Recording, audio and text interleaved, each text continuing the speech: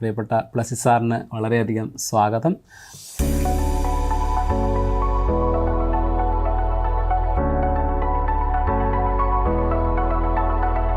അപ്പോൾ ഇത് കണ്ടിട്ട് എനിക്ക് മുട്ടിൽ നിന്ന് പ്രാർത്ഥിക്കാനല്ലാതെ എന്താ പറ്റി, രാത്രിയിലൊക്കെ കരയേണ്ടി അല്ലെങ്കിൽ കരഞ്ഞ് പ്രാർത്ഥിക്കാൻ എപ്പോഴും പ്രാർത്ഥന എന്ന് പറയുന്നത് പൂർണ്ണമായ സമർപ്പണം എന്നുള്ളതാണ്.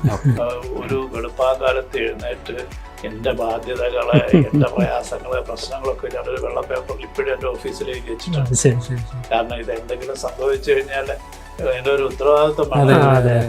ഇയ്യോബിനെ കുറിച്ച് ഇത്ര ഡീറ്റെയിൽ ആയിട്ട് നമ്മളടുത്ത് സംസാരിച്ചിരിക്കുന്നതിൻ്റെ റീസൺ എന്ന് പറഞ്ഞു കഴിഞ്ഞാൽ ഇത് നമ്മൾ സഹിക്കാനായിട്ടും അവസാനം വരെ ദൈവത്തിനെ തള്ളി പറയാതിരിക്കാനായിട്ടുള്ള ഒരു ശ്രമം.